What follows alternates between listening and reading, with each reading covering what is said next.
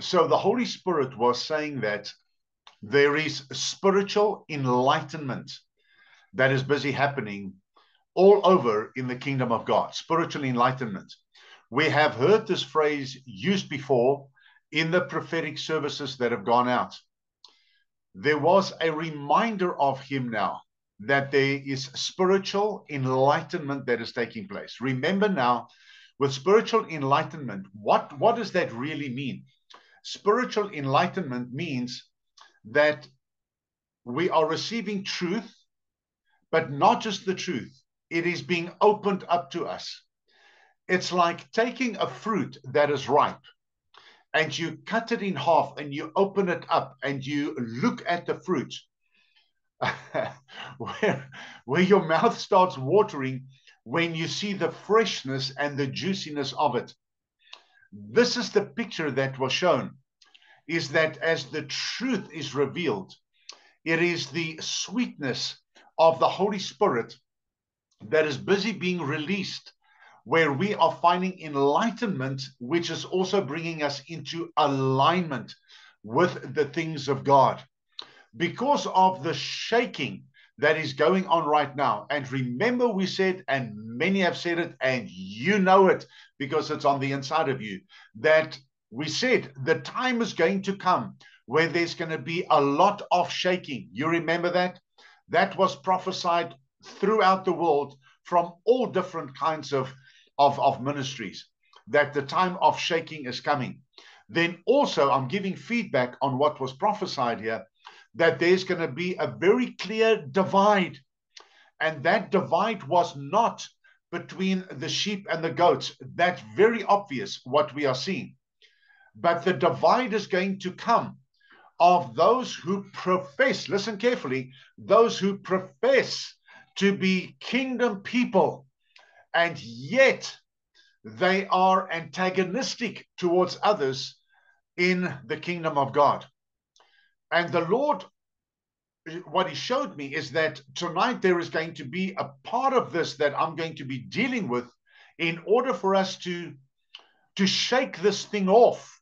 The shaking is helping us to shake some things off in order for us to be aligned, and some of us realigned with the things of God.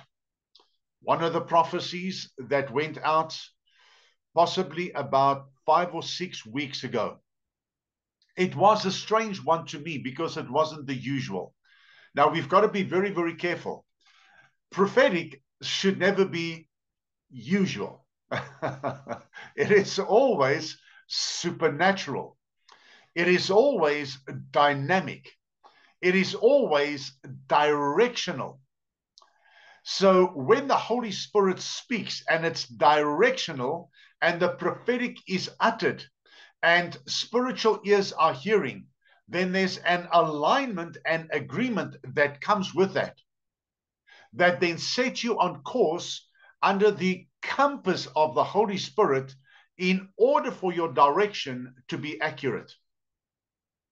So about 5 or 6 weeks ago, the prophecy came out on a Sunday night of the picture that I saw of Hollywood. Those of you who were online that evening will remember. I saw Hollywood as this building, and I saw cracks in all the pillars, the foundational pillars. And this thing was cracking. And you know, you hear that noise when a building starts cracking, like in an earthquake. And you hear the sound of it, and you see pieces of the building flying, and you hear the sound, and you see the dust. That's what I saw. I saw all of these cracks appearing. Friday and yesterday, these two young men actually gave testimony of God calling them up. These two guys cannot be older than 32, I'm guessing. God called them specifically. Now, I know there are many others, I'm sure, that God had called, but they now testified, so we know about them. God called them to go to Hollywood and go and pray there. And God said by the Spirit, I will show you, glory, which principalities are ruling over Hollywood. And you're going to come and stand against them. And these two guys did. They, in fact, from what they've been sharing, this was just one of the places that they went to go and pray against. There are other places as well. And their testimony was this, that Hollywood is busy crumbling. Hollywood is busy falling. And I thank the Lord that he shows us these things. We see it in the spirit, and then the manifestation of that starts happening in the natural. Now, you may ask me tonight, because I believe in relevance. With truth, you always need what? Relevance, guys. What's the relevance of that? How many of you, there where you are seated now, know what the relevance is of Hollywood coming down? Do you have some notions, some ideas about it? And I know, because I can see who's online tonight. I quickly checked before I came online because I run through. And many of you are very clever. Many of you online tonight, you are tuned into the things of the Spirit. And it's always great to have you on a Sunday night. I must be honest, I'm honored. I'm privileged to have us as a team online on a Sunday night. I believe the relevance of that prophecy in God showing us that that thing is busy falling is because people worshipped it. Yes, amen, indeed. How many years have people not worshipped those stars of Hollywood? Looked up to them, enamored by them, fascinated by them, emulated them. And many of them started copying their lives, even going through, guys, this is serious, going through physical changes and surgeries to look like those celebrities. And I'm doing this. Why? Because there is only one true celebrity. Hallelujah. There is only one true celebrity. He is not just a king. He is the king. He is the King of kings. He is the Lord of lords. There is no one who is higher than him. He is superior. He is supreme. He is sovereign in the universe.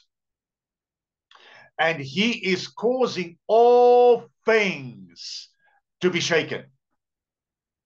Watch what is going to happen over the next, guys, it's increasing in tempo, but it is being compressed as far as time is concerned, where prophetic manifestations that were spoken years ago took basically a couple of years or then months to come to fulfillment.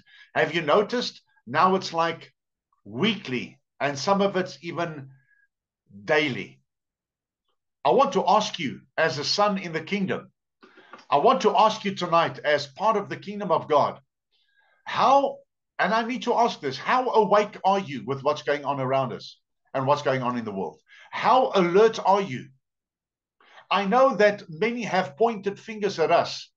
Now listen to this carefully. I thought about this such a lot yesterday. I gave it a lot of thought, where those who have pointed to us from the outside and said, you are conspiracy theorists. You are saying this and you're saying the other. You are conspiracy theorists. And all that is conspiracy theorists, us who are in the kingdom. We are not conspiracy theorists. We are kingdom realists. Ooh, did you get that? Oh, that's a good one to write down. We are not conspiracy theorists. We are kingdom realists. We see what is really going on because the Holy Spirit reveals it. You look at something, you question it, you look at it and you know there's a lot more that's going on. So you don't just take it at face value. You're much wiser than that. You've got much more discernment than that. So the theme for tonight really is everything is being shaken. Hollywood is just one of the examples. The others are also being shaken. The things that people looked up to and had on pedestals, it's busy crackling and it's busy coming down. It's crackling and cracking because you can hear it. I want you to go to Hebrews chapter 12, please, if you have your Bible with you. Gaan dan na Hebreërs die 12de hoofstuk toe. We are going to read a portion of scripture from there. Have you noticed the uneasiness that there is with people? Have you noticed the edginess of people, how people are very edgy? Have you noticed how people are very irritable? No patience because of the suppression that there is in the spiritual realm on people. There's a heaviness that has come on people. We in the kingdom, that heaviness cannot push us down because the weight of the glory of God is greater than what the enemy is trying to push us down with. Because the Bible speaks about the glory of God as an eternal weight of glory. Do you realize that not only on the inside of you have you been saved, that you've been justified, that you've been sanctified, but the word of God says you've been glorified. Now that's on the inside of you. But now it talks about a weight of glory that actually rests on you. How many of you are feeling heavy tonight with a weight of glory? Hallelujah. Instead of the weight of the things of the world that is really heavy. But when it's the glory of God, oh, what a beautiful heaviness. Oh, what a serene pressure. Oh, what a beautiful feeling in the spirit to have the glory of God that weighs down on you. Have you noticed when you're in the presence of God and you are experiencing the beauty and greatness and awesomeness of Him, that it feels like there's a cloud that enfolds you? You've experienced that? Oh, absolutely. It's like, why? It's the presence of Him. And we are experiencing it in limited measures. Oh, yes. But imagine the day that's going to come where you experience that in full measure, because we are only seeing now as in a mirror. But the Bible says there's going to come the day where we are going to see face to face. In Exodus, where it is God speaking with Moses, the Hebrew there is mouth to mouth. How beautiful is that? Right, so in Hebrews chapter 12, in verse 26, I want you to get the picture tonight of an omnipotent God, the omnipotent God, the definite article, the omnipotent God, omnipotent. I want you to think about it. Omnipotent, it's all powerful. As I read verse 26, I want you to think and let your imagination go. Our imagination must be used for the things of God. The enemy comes from the outside and he lets us use our imagination for what he wants us to think of and about. But God, by the Spirit, we can use our imagination to imagine awesome things in the kingdom. Then at Mount Sinai, his voice shook the earth. But now he has given a promise. Yet, and what happens when God gives a promise? Absolutely, it's going to come to fulfillment.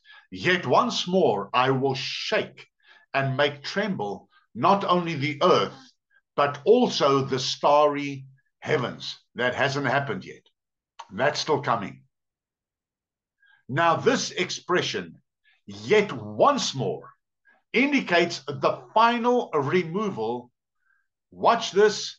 And here's my favorite word in the word, transformation of all that can be shaken. Get ready. Get ready for a big shaking that's coming. That shaking is going to shake in such a way that nobody will be able to ignore it. In the domain of the enemy and in the kingdom of God. Once more I will shake and make tremble not only the earth, but also the starry heavens. Now, this expression, yet once more, indicates the final removal and transformation of all that can be shaken. That is, of that which has been created, in order that what cannot be shaken may remain and continue. Now comes the instruction in verse 28. And whenever you see this term in the Bible, you need to stop and take note because it's addressing you. When the Bible says, let us therefore, sit up and take note, God is speaking. But now the other side of this is, it's an act of your will. So you can either will to do this, or you can not will to do it. It's entirely up to you.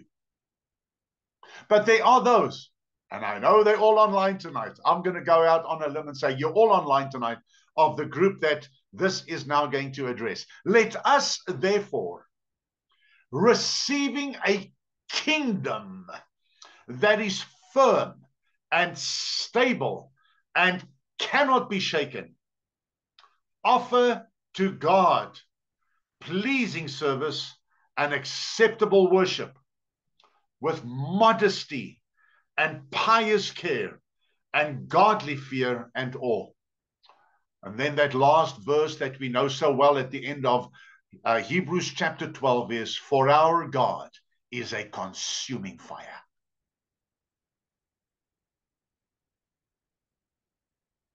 You know, we've spoken about this. Those of you who've studied the Bible, you know you need to do this. Is in your Bible where it's got chapter divisions. There are times that you need to put a pencil line through it. That was put in by man. Afterwards, for what? Reference sake. But that thought in 12 and the last verse, our God is a consuming fire, flows into the first verse of chapter 13. It's got the word let again there. We just had let us therefore. Now it says let love. Ooh, you're gonna get this tonight. Let love for your fellow believers continue and be a fixed practice with you. Then it says never let it slip. Then only does it change theme. Now it goes into do not be forgetful to entertain strangers, because some have entertained angels unawares, not being aware of the fact that they've entertained angels. So it changes a little bit now in its subject matter. But up to that point where it says our God is a consuming fire, now it says let love for one another not be forsaken or neglected, but let it be your practice. Then I love what it says in the Amplified Classic. Do not let it slip. And I look at these things as a student of the Word of God. I look at this and I go, because I believe in context. Every text without a context is but a pretext. So it's only a thought and an idea and a principle, unless there is complete context and you get what? The flow of the truth. That's now different, because now you've got context of what God's communicating. And when he says there, let us therefore receiving a kingdom, it does not say go and look for it.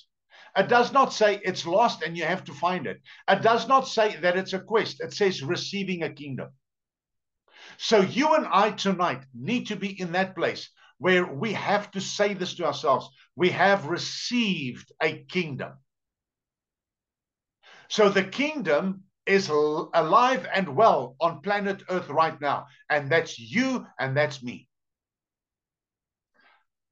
So with everything that's being shaken, and I want you to put this thought in your mind so long, what is there that's not being shaken, that's impossible to be shaken? I basically was a bad teacher right now because I've given you the answer in what I just pre-ran up to that point. Be that as it may, God is not only a consuming fire, but a shaking force. It amazes me when you study the Word of God and the different places in the Word where it talks about, and the ground shook. That one place where God opened up the earth, something like 26,000 was swallowed up by the earth in one instant, one moment. Earthquakes expose everything that is unstable. Have you noticed? Earthquakes exposes everything that can be shaken. Have you seen these high-rise buildings? I love watching programs on television. There are only certain things that I watch, and this one specific thing is one that I absolutely love, and it's about engineering. I am fascinated by engineering and the incredible wisdom of these people who build these skyscrapers. If you go to Dubai and places like that, United Arab Emirates and America, New York, these cities where they have these massive buildings. And I look at that, and my first thought, guys, my first thought is, all right, if I'm up there on floor number 130 or whatever the case may be, and there's an earthquake, already I don't like heights. I'm not fond of heights. And if I have to be up there, I will speak in tongues that I've never heard before. I will be in a place of such prayer because of that. Because you know, when you're on the ground and the earth shakes beneath your feet, that's a different story. But when you are many stories up in a building, that's different. But look at the way they designed it. Then they show you on schematic diagrams how that if an earthquake is to happen and occur, of however so much on the Richter scale, it shows you in a schematic diagram how that building will shake, but it will stay, it will remain. But then you look at the other buildings and the ones that come crashing down, that is not earthquake proof. So watch this. Earthquakes, they have the tendency to expose everything that's unstable. God is shaking, and he is doing a spiritual shaking that is eternal in purpose. Why do I say it's eternal in purpose? Because it has eternal results. It has eternal benefits. So the first thing I want to share with you is the first thing that God is busy shaking, and I'm calling it a divine reset. Now, you've heard the world and politicians standing on the world platforms, and the narrative that's going out is there's a reset coming. There's a reset coming, and they're basically referring to the financial systems and so forth. That is happening right now. But I'm saying there's a divine reset that is busy happening. What is being shaken? Governments. Let me give you an example.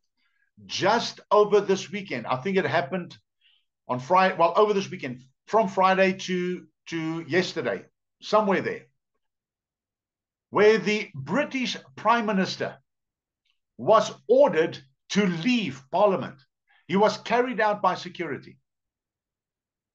They took him out. The first time in the history of Britain that something like this happened. Governments are being shaken. Economics is being shaken. Man-made religious institutions without substance are being shaken.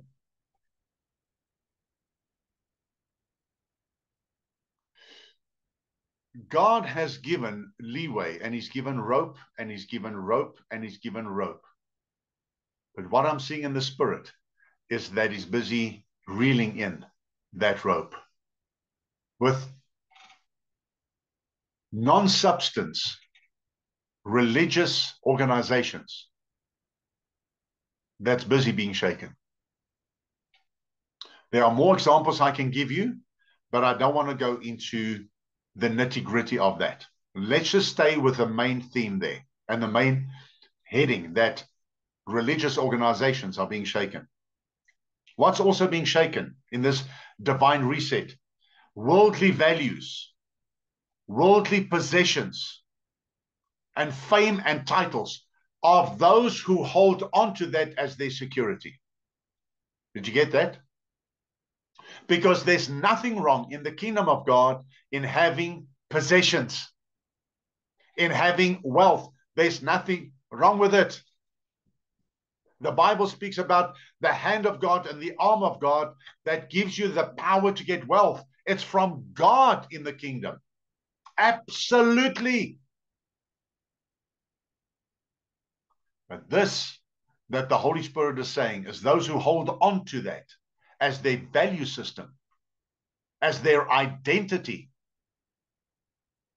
those who are in a place of fame with big titles, and that's their security and identity, it's being shaken.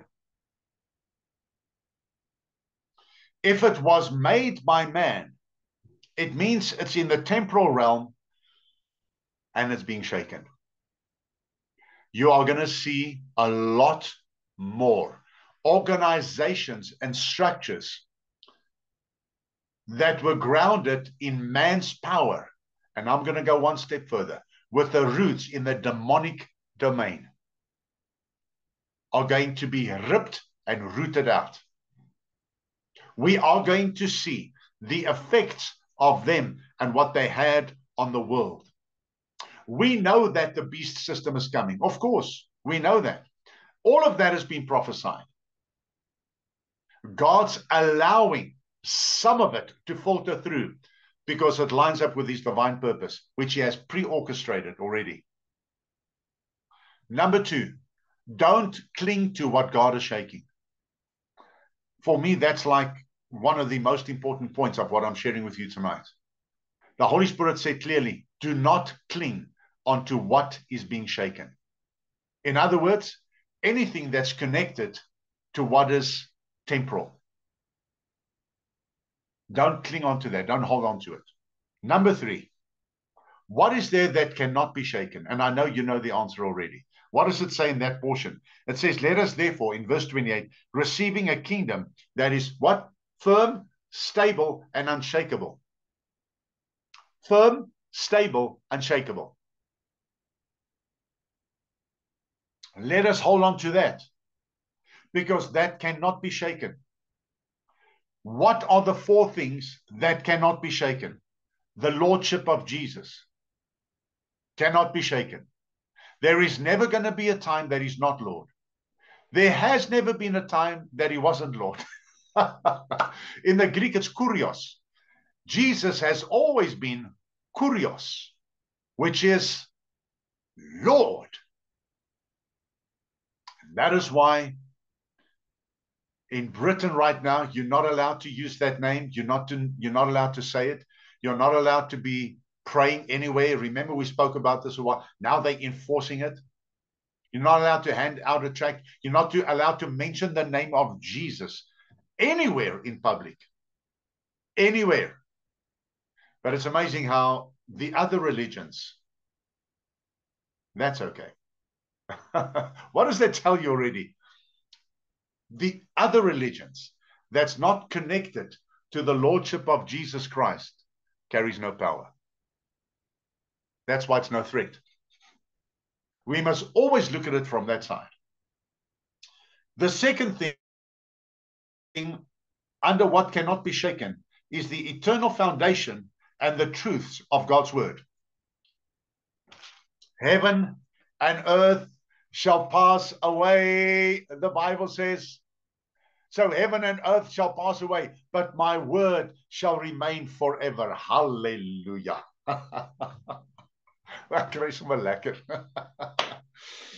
The eternal truths of God's word can never be shaken because it's grounded in who he is. It's founded and grounded in him. Number three, under point number three, is the church that is built on the foundation of the Lord Jesus Christ. will not be removed. It cannot be removed because Jesus said, I will, say it with me, you know it, I will build my church, and the very gates of hell shall not prevail against it. What he has said, no one can upset. What he has rooted, no one can uproot. There ain't no way. The fourth one under that, of what cannot be shaken. I'll go through the four again, because I know many of you take notes. The fourth one is, this is where you need to know. I need to control myself.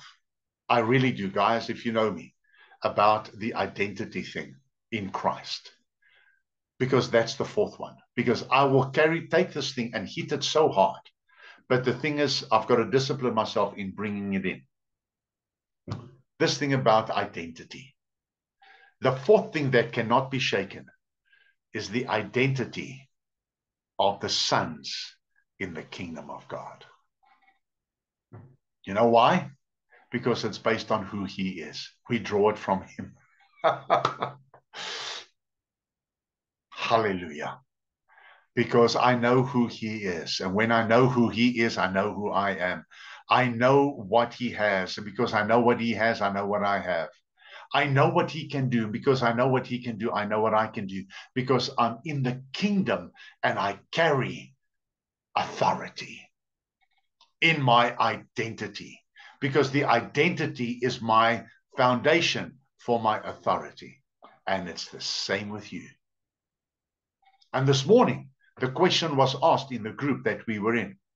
How many of you, and the question was asked from her heart, and she's online tonight, ask this question. How many of you are really walking in your authority as a child of God? Oh, Jesus, thank you, Lord. You speak the name of Jesus in any place or environment, and it changes the atmosphere.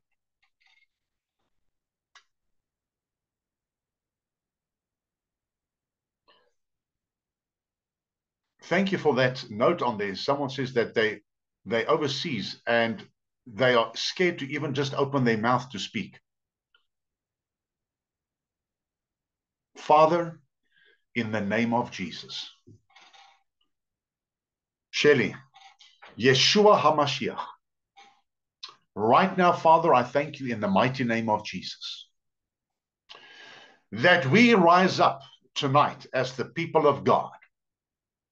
And your word says in Ephesians chapter 6, having done all to stand, you stand. And we stand tonight with Shelley, Father, in Jesus' name. We come against that spirit of fear. Fear, you are a spirit. We resist you steadfast in Jesus' name. 2 Timothy 1 verse 7, God has not given us a spirit of fear, but of power, love, and a sound mind. Shelley, right now we declare the peace of God over you, over your spirit and over your mind in the name of Jesus.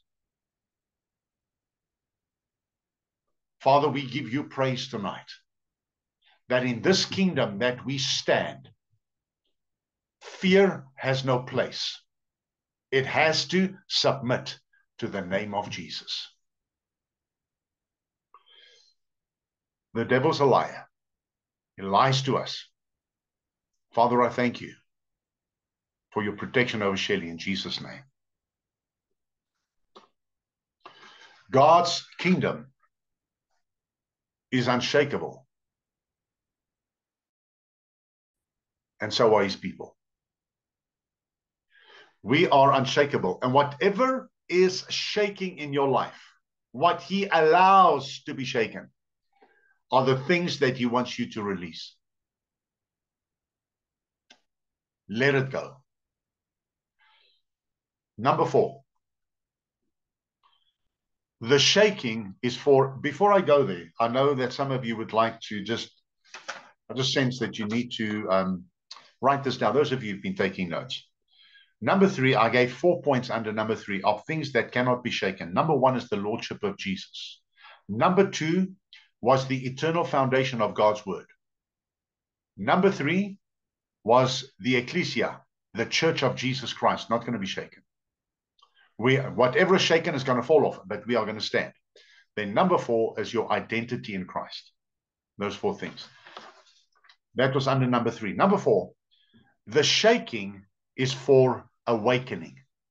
Oh, I loved it. This was additional. This wasn't part of the message, and the Holy Spirit gave me this today. The shaking is for awakening. God's shaking is to awake the true worshipers. Oh, thank you, Jesus. I've been looking at this thing about worship again the last couple of days. So many Christians have misconceptions about worship. Many Christians, when we say we are going to worship, I understand what we are saying, and those who hear it understand what the speaker or the preacher or the pastor is saying, or the worship leader, whatever. Worship with music is a very small part of worship. I want you to listen carefully now this evening. Worship with music, when you are in a place of fellowship and the praise and worship team, they're up there, they're leading the congregation, and you are worshiping. That's awesome. It's powerful. It is. That's where God's, I usually say this to people, that's where his omnipresence becomes his manifest presence. But it's because of the reality of who he is in your spirit, because he's there already in his manifestation. Okay, it's quite a heavy subject. That's for another time. But true worship is a life lived for the glory of God. Then the worship of song is merely the sound of the expression of the revelation of him. Okay. We need to get that tonight. So worship is a lifestyle. That's why in Revelation 19, the Bible says that the Antichrist, the beast, that whole system, let's call it just the Antichrist, the false prophet and the beast, the system is going to require worship.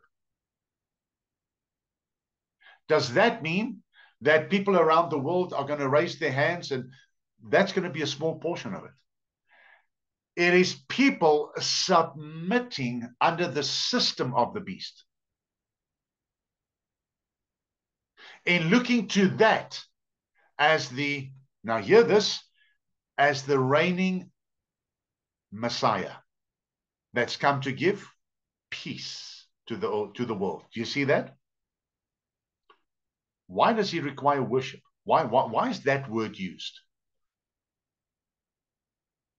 What's the first thing when Satan tempted Jesus in the wilderness?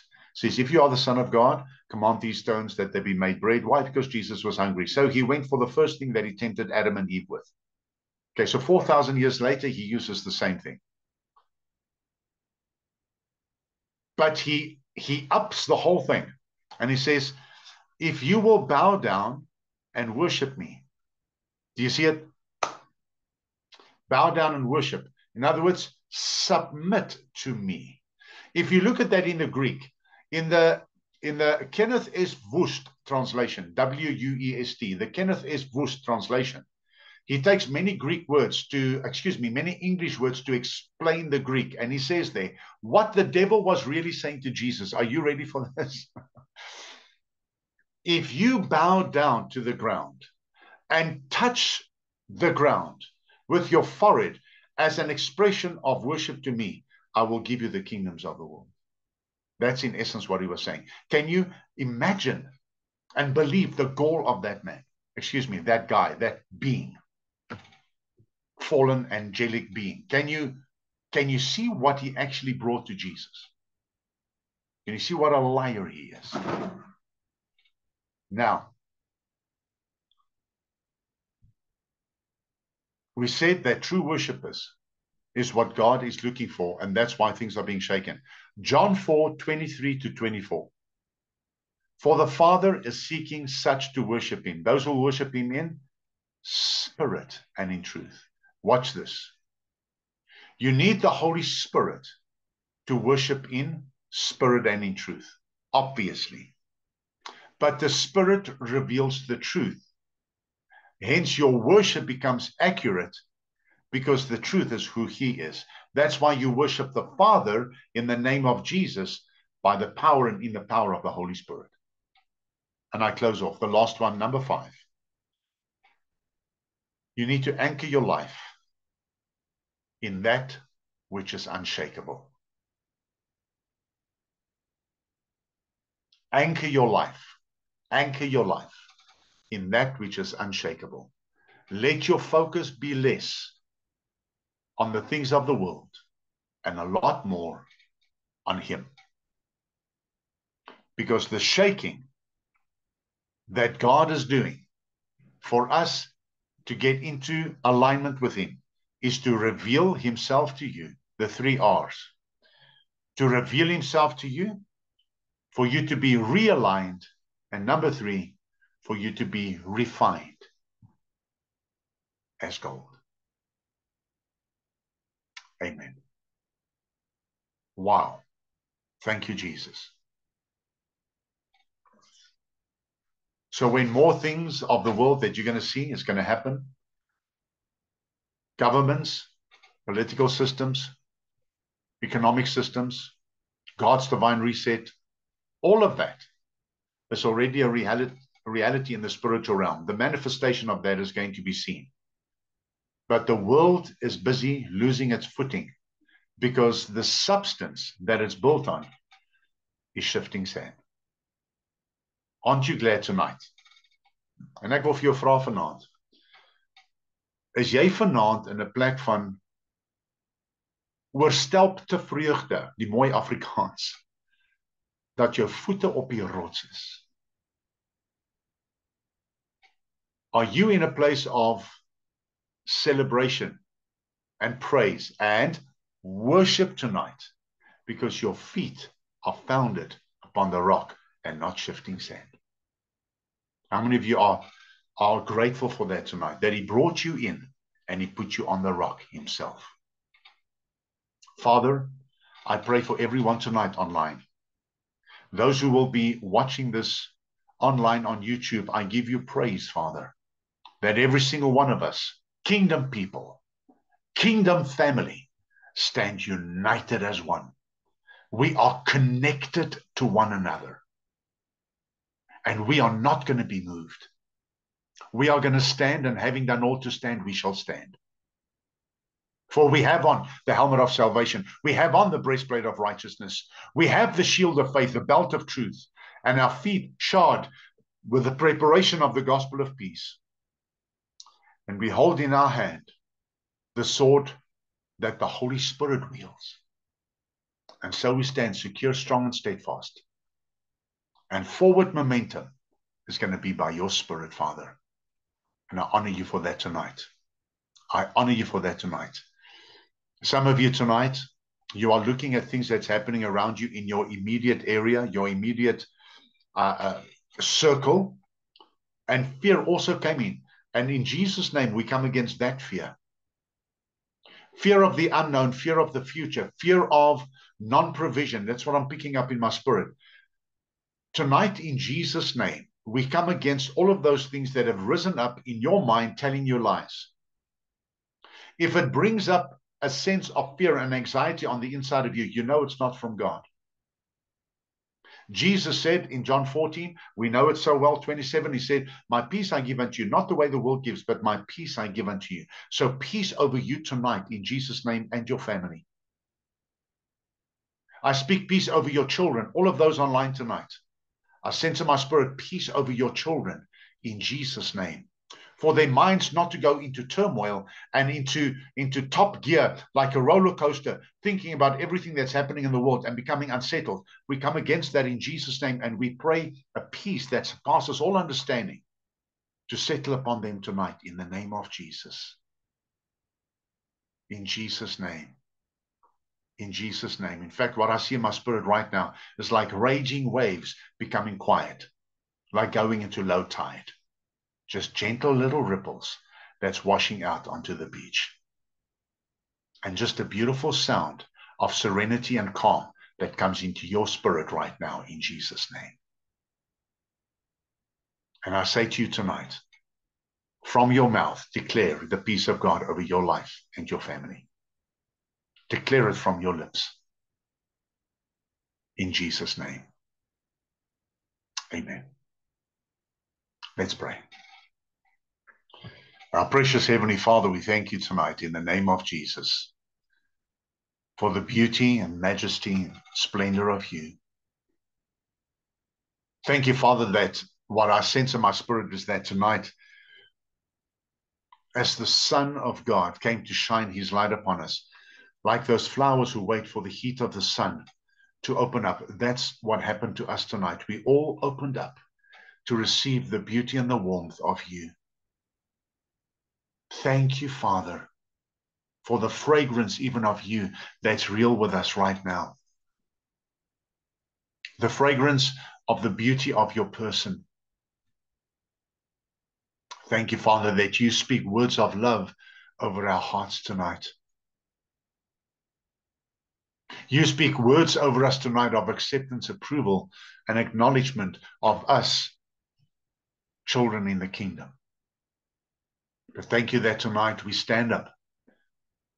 We stand up with our Lord and Savior, and we stand up with the empowerment of the Holy Spirit in our God-given kingdom authority in the name of Jesus. Once we've spoken from our lips, and we believe what we say based on your word, which will then carry the anointing in the Spirit, we thank you that it's done in Jesus' name. And we all said, amen. Praise God. Praise God. There were times tonight that as I was speaking, I went goosebumps from the top of my head right to my tippy toes a few times, which is always indicative for me in wherever I minister and whenever I minister and whatever the Holy Spirit is busy saying. And it's always him, is that I sense that and I feel that. And it's the anointing of the Spirit of God. And I pray that tonight that became a reality there where you were seated and that you sensed the warmth of him. Not just in you, but over you. Amen. Love you guys. You are valuable and precious. You have yourself an awesome week in him and enjoy him in this week. And guys, fear is no place. Let's walk by faith. Amen. God bless you.